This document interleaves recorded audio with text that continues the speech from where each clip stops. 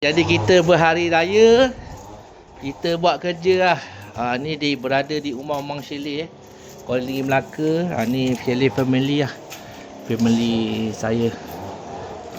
Jadi ini bilik pantai bilik pantai, beach room. Okey, kita tengok keadaan bilik pantai dia macam mana Kita raya tahun ni kita kerja lah, kerja mengemas lah.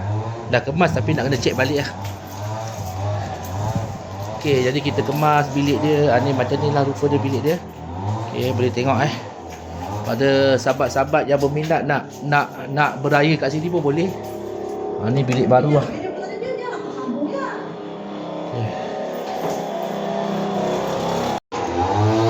Bilik nombor 38 8. Okey, buka je.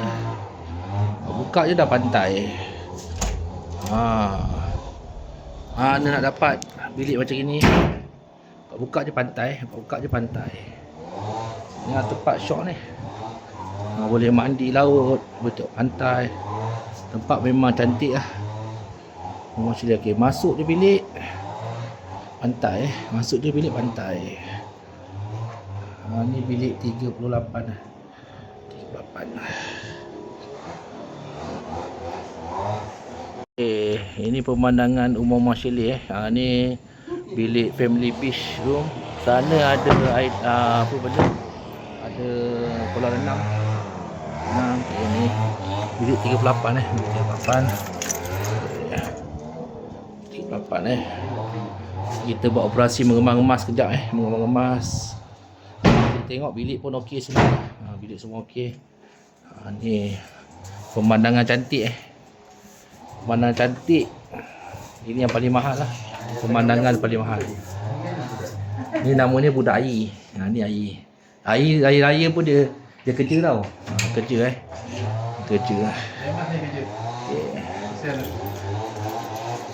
Ni budak air kita. Tengok bersih. Tak ada ni air, tak apa. Asas slide tu nak ambil. Tak apa air dah. Slide ke tak ambil? Dah ini Abang Iwan dah ambil dah.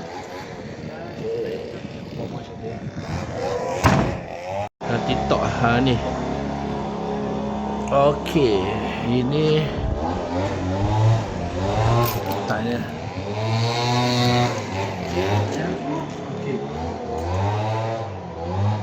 Mang Chalet Mang Chalet Kuala Lumpur, Melaka. Kalau tak apa ni bersih. Ni kita cuma buat SOP cek bilik. Tak ada gambar daripada ni je, tak ada sini.